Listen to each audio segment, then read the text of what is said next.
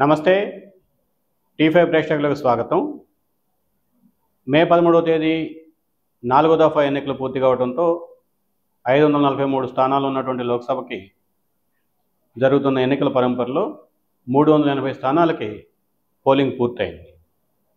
దాదాపుగా ఒక 163 స్థానాలు మాత్రమే పోలింగ్ జరగాల్సి ఉంటుంది. ఈ 163 స్థానాలు ఉత్తరాదిలోనే ఉన్నాయి.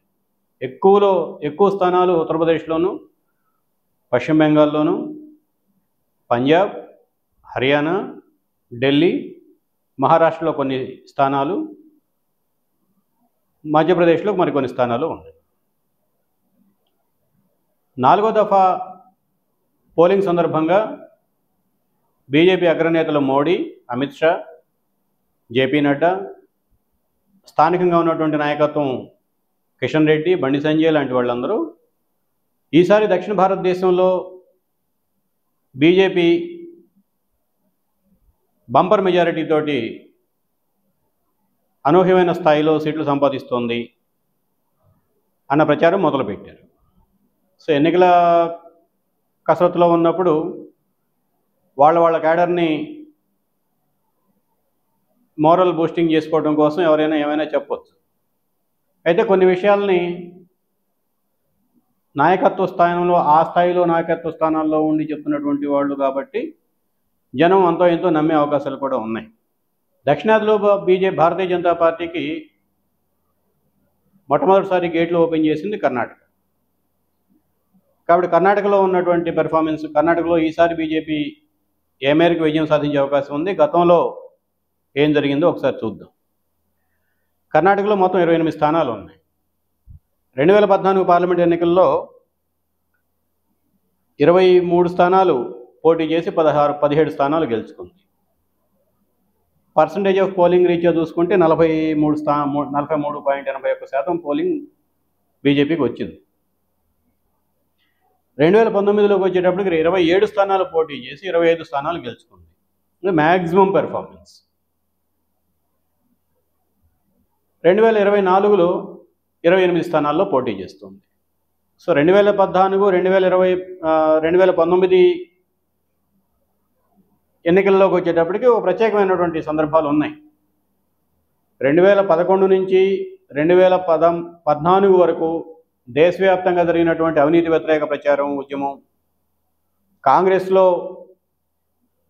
అంతర్గత విభేదాలు, ప్రభుత్వం కొన్ని ప్రతిపాదించినటువంటి అంశాలను స్వయంగా రాహుల్ గాంధీ కాంగ్రెస్ నాయకుడిగా ఉంటూ, సిడబ్ల్యూసీ మెంబర్గా ఉంటూ, జనరల్ సెక్రటరీగా ఉంటూ, పార్లమెంట్ సభ్యుడిగా ఉంటూ వ్యతిరేకించడం, ఈ కాంగ్రెస్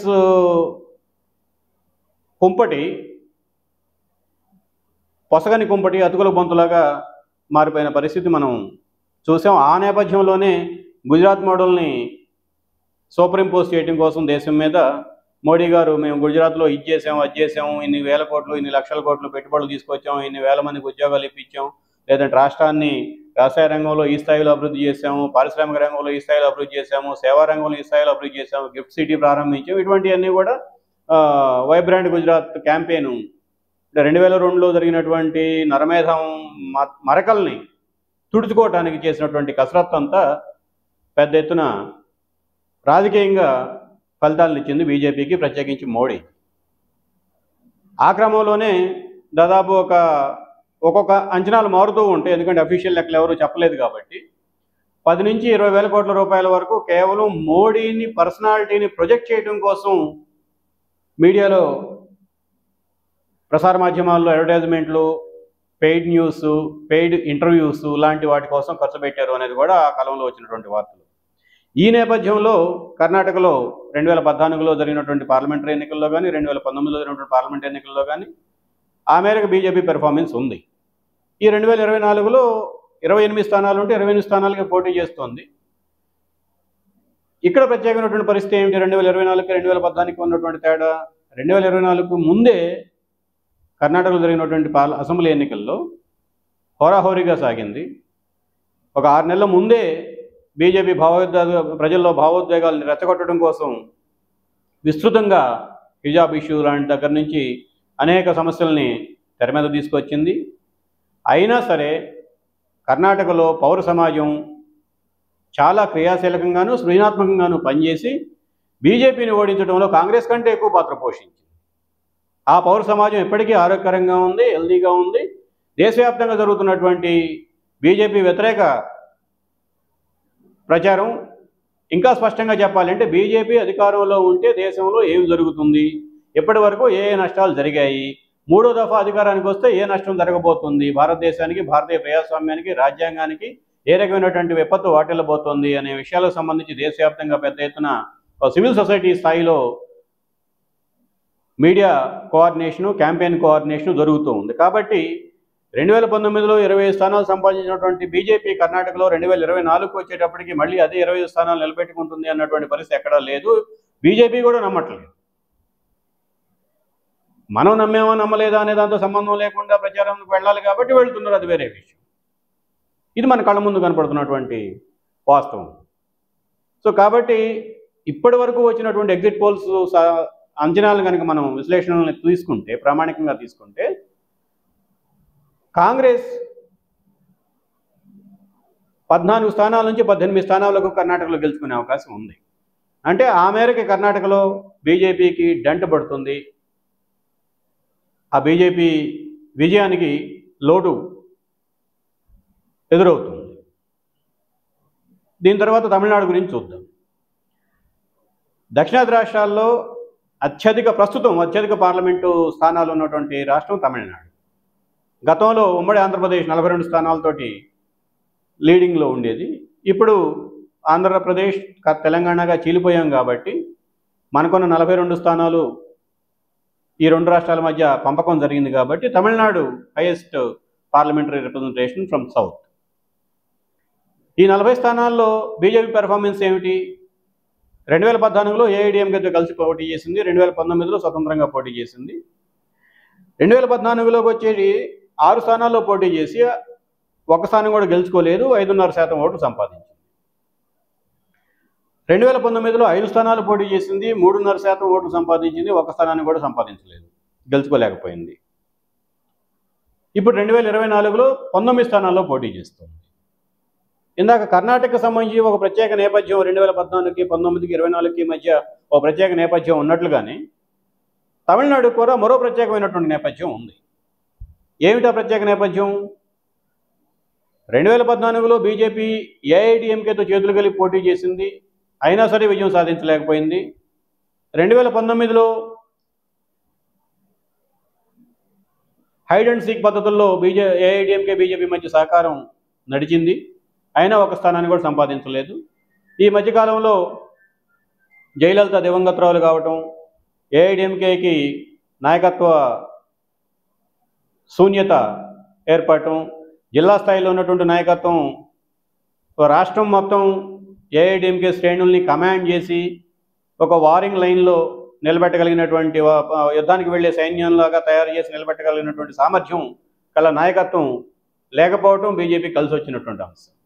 అందుకనే బీజేపీ ఎప్పుడైనా మనం చూస్తూ ఉంటాం కదా, ఆర్ఎస్ఎస్ 100 ఏళ్ల సందర్భంగా రాజ్యాంగాన్ని మార్చాలన్నటువంటి ఒక లక్ష్యంతో 100 ఏళ్ల క్రితం నుంచి పని మొదలుపెట్టారు.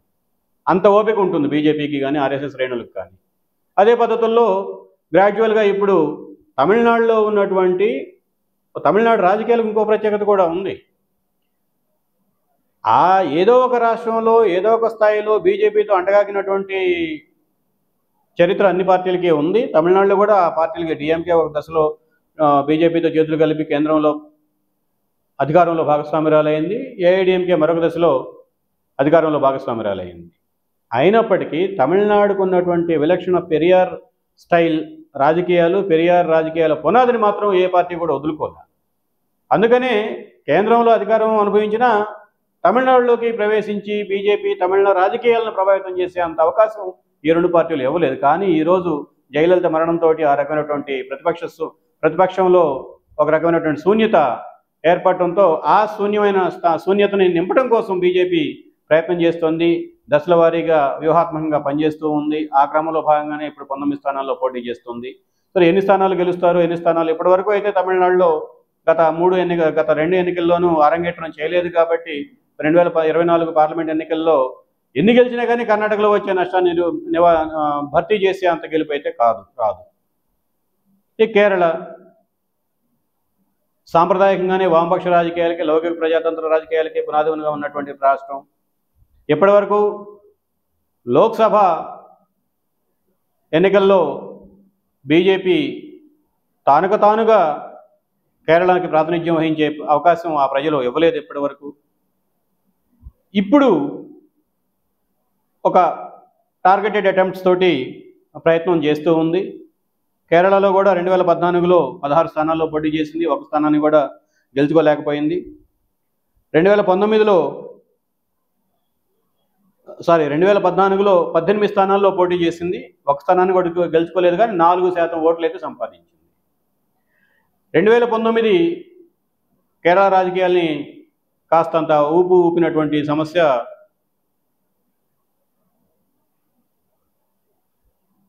శబరిమల వివాదం, సుప్రీంకోర్టు తీర్పు. దాని నేపథ్యంలో రాష్ట్రంలో ఉన్నటువంటి బీజేపీ అనుకూల శక్తుల్ని సమీకరించడంతో పాటు దేశవ్యాప్తంగా ఒక పెద్ద ఎత్తున యుద్ధంలాగా బీజేపీ సేవ్ కేరళ క్యాంపెయిన్ పేరు మీద రాష్ట్రాల నుంచి బస్సులేసి, ఆంధ్ర రాష్ట్రం నుంచి, తెలంగాణ నుంచి, తమిళనాడు నుంచి వేల సంఖ్యలో బస్సుల్లో జనాన్ని తరలించి మరీ అక్కడ నిరసన కార్యక్రమాలని నిర్వహించింది. అయినప్పటికీ సీట్లేమీ సంపాదించలేదు. కానీ 2014లో 4% ఓట్లతో సరిపెట్టుకుంటే 2019కి వచ్చేటప్పటికి 13% ఓట్లు సంపాదించింది. ఇది క్వాలిటేటివ్ కేరళ స్థాయి రాజకీయాలకి ఇది ఒక పెద్ద మార్పు. దీని పర్యవసానం ప్రభావం వామపక్ష గెలుపోవటములపైన, వామపక్ష పార్టీల అభ్యర్థుల గెలుపోవటములపైన కనిపించింది. 2019 ఎన్నికల్లో సిపిఎం ఒకే ఒక్క స్థానానికి పరిమితమైంది, మిగతా స్థానాలన్నింటినీ కాంగ్రెస్ గెలుచుకుంది. అంటే ఓట్లలో ఆ రకమైనటువంటి చీలిక క్లియర్గా బీజేపీ చీల్చుకోవడంతో మొత్తం రాజకీయ సమీకరణలన్నీ మారిపోయాయి. ఇప్పుడు కూడా 2024లో 16 స్థానాలు తాను పోటీ చేస్తుంది. మనకి జనసేన ఉన్నట్టుగానే అక్కడ భారతీయ ధర్మ జనసేన అని మరొక స్థానిక పార్టీని పెట్టించి వాళ్ళ ద్వారా ఒక 4 స్థానాల్లో పోటీ చేస్తూ ఉన్నారు. ఇది కేరళ ముఖ చిత్రం. ఇక తమిళనాడు చెప్పుకున్నాం, కర్ణాటక అయిపోయింది, కేరళ అయిపోయింది. ఇక మిగిలింది ఆంధ్రప్రదేశ్. ఆంధ్రప్రదేశ్ గురించి ఎవరిలో చెప్పుకుని తెలంగాణ గురించి మాట్లాడుకుందాం. తెలంగాణలో కూడా బీజేపీ స్వతంత్రంగా పోటీ చేసినటువంటి సందర్భాలు ఎప్పుడు కూడా తనకంటూ రాజకీయ పునాదిని ఏర్పాటు చేసుకోవడానికి ప్రయత్నం చేసింది తప్ప గెలవడం కోసం ప్రయత్నం చేయలే. ఆ తేడా తదుపరి ఎన్నికల్లో మనకు కనిపిస్తూ ఉంటుంది. 2014లో తెలుగుదేశంతో భాగస్వామ్యం జతకట్టి 4 స్థానాల్లో పోటీ చేసింది, 2 స్థానాల్లో గెలిచింది. 2014కు వచ్చేటప్పటికి 7.5%, 7.1% ఓట్లు సంపాదించగలిగింది. 2019 బీజేపీ నాయకత్వం కూడా ఊహించిన విధంగా ఉత్తర తెలంగాణలో టీఆర్ఎస్ అధినేత కేసీఆర్ ఫ్యామిలీ పైన ఉన్నటువంటి వ్యతిరేకత బీజేపీ సొమ్ము చేసుకోవడానికి అవకాశం ఇచ్చింది. రాష్ట్ర చీలిక నేపథ్యంలో కాంగ్రెస్ కాస్త నిర్వీర్యం కావటం, నాయకత్వ శూన్యతని ఎదుర్కోవటం, వివిధ జిల్లాల్లో ఉన్నటువంటి వాళ్ళు, ప్రధానంగా దక్షిణ తెలంగాణలో ఉన్నటువంటి కాంగ్రెస్ నాయకత్వం పోటాపోటీలుగా తామంటే తాము పార్టీకి నాయకత్వం వహించాలి అని చెప్పి కుమ్ములాడుకోవటం, ఇవన్నీ కూడా బీజేపీ కలిసి వచ్చాయి. ప్రభుత్వ వ్యతిరేకతనే సొమ్ము చేసుకోవాల్సినటువంటి కాంగ్రెస్ చతికిలబట్టడంతో ఆ స్థానాన్ని బీజేపీ పూరించడం కోసం పెద్ద ఎత్తున ప్రయత్నం చేసింది. ఆ మేరకు ఫలితాలు కూడా సంపాదించింది. 2019 పార్లమెంట్ ఎన్నికల్లో 17 స్థానాల్లో పోటీ చేసి 4 స్థానాలు సంపాదించింది. ఈ 4 స్థానాలు కూడా ఉత్తర తెలంగాణ నుంచే గెలిచింది. కన్సాలిడేట్ చేసుకుంది తన బలాబలాన్ని.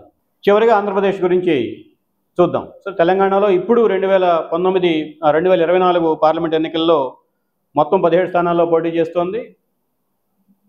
మోడీ గారి ప్రకటనలు, అమిత్ షా గారి ప్రకటనలు, జేపీ నడ్డా గారి ప్రకటనలు, కిషన్ రెడ్డి గారి ప్రకటనలు, బండి సంజయ్ గారి ప్రకటనలు, వీళ్ళన్నీ కనుక గమనిస్తే మనకి 12% ఓట్లు సీట్లు వస్తాయని చెప్పి కూడా 12 సీట్లు వస్తాయని కూడా, అంటే మొత్తం 17లో 12 సీట్లు వస్తాయని కూడా వాళ్ళు చెప్పుకుంటున్నారు. కానీ వాస్తవం దానికి చాలా దూరంగా ఉంది. వాస్తవంతో సంబంధం లేకుండా హైప్ చేయటంలో, అంటే ఉన్నది లేనట్టు లేనిది ఉన్నట్టు చూపించడంలో బీజేపీది ఏమంటాం సామర్థ్యం ప్రపంచం మొత్తానికి తెలుసు. కాబట్టి మరి తెలంగాణ ఓటర్లు తెలుసుకున్నారా తెలుసుకోలేదా అన్నది రేపు జూన్ 4వ తారీఖున మనకు అర్థమవుతుంది. ఇప్పటివరకు ఉన్నటువంటి సమాచారం అయితే ఒక 2 స్థానాల కంటే మించి బీజేపీ గెలిచే అవకాశాలు ప్రస్తుతానికి కనపడటం లేదు. ఇక ఆంధ్రప్రదేశ్కు సంబంధించి ఇది ఒక విలక్షణమైనటువంటి రాజకీయం. 2014లో చంద్రబాబు నాయుడు గారితో కలిసి పోటీ చేశారు. 2019లో విడిపోయి పోటీ చేశారు, విడివిడిగా పోటీ చేశారు. 2022 నుంచి మరలా పొత్తు కోసం అటు బీజేపీ ఇటు తెలుగుదేశం దోబూచులాడుతూ ప్రయత్నాలు ప్రారంభించాయి.